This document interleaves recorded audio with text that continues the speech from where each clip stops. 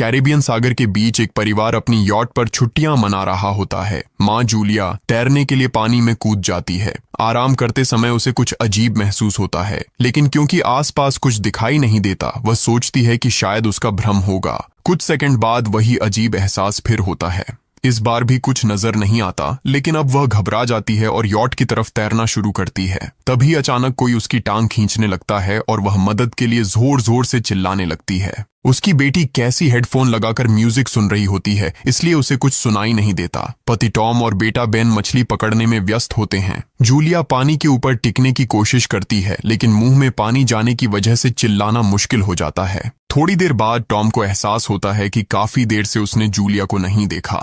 वह यॉट पर उसे ढूंढता है और फिर अपनी पत्नी को खतरे में देख लेता है। वह बच्चों को बुलाता है, यॉट को उस तरफ ले जाता है और पानी में कूद जाता है। जल्दी से जूलिया तक पहुंचकर उसे संभालता है और यॉट की ओर तैरता है।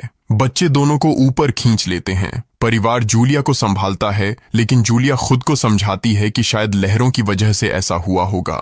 रात को सब मिलकर बेन का जन्मदिन मनाते हैं। कैसी को उसके बॉयफ्रेंड का कॉल आता है, तो वह लैपटॉप लेकर बाहर चली जाती है। वीडियो कॉल में उसका बॉयफ्रेंड दिखाता है कि शहर के ऊपर बड़े बड़े काले बादल छा गए हैं। कॉल ग्लिच होकर फ्रीज हो जाती है। कैसी यह बात परिवार को बताने आती है, लेकिन टॉम कहता है कि शायद जमीन से दूर होने की वजह से सिग्नल कमजोर है। तभी सबको एक आवाज सुनाई देती है। वे सब बाहर जाते हैं और देखते हैं कि व्हेल मछलियों का एक समूह गुजर रहा है। टॉम समझाता है कि व्हेल मछलियां हमेशा पृथ्वी के मैग्नेटिक फील्ड को फॉलो करती हैं, लेकिन जब तूफान आता है तो वे कंफ्यूज हो जाती हैं। अचानक यॉट जोर से हिलती है और बेन गिर जाता है। टॉम को चिंता होती है कि कहीं यॉट को नुकसान तो नहीं पहुंचा, इसलिए वह डाइव करके नीचे चेक करने चला जाता है। कुछ देर बाद वह सतह पर वापस आता है, लेकिन उसके कंधे पर एक बड़ा घाव होता है। जूलिया तुरंत उसका जख्म सीती है। टॉम बताता है कि पानी के अंदर उसे ऐसा लगा जैसे उसके पीछे कोई बहुत बड़ा जीव था, लेकिन जब उसने मुड़कर देखा तो प्रोपेलर से कट लग गया। वह कहता है कि जो भी चीज थी बहुत बड़ी थी।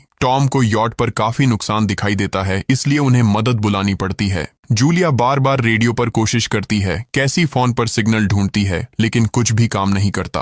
तभी कैसी को एक अजीब सा जीव दिखाई देता है और वह चिल्ला उठती है, लेकिन वह तो बस बेन होता है जो मास्क पहनकर मजाक कर रहा होता है। कुछ देर बाद यॉट पूरी तरह बंद हो जाती है और समुद्र के बीच में फंस जाती है। जूलिया रेडियो में एक आवाज सुनती है, लेकिन आवाज इतनी खराब होती है कि उसे कुछ समझ नहीं आता। टॉम परिवार को बताता है कि उनके पास सिर्फ 4 दिन का खाना पानी बचा है और अब उन्हें किसी मछली पकड़ने वाली नाव का इंतजार करना होगा। अचानक रडार पर कुछ डिटेक्ट होता है और परिवार को एक अजीब सी आवाज सुनाई देती है। सब दौड़कर बाहर आते हैं और हैरानी से देखते हैं कि कई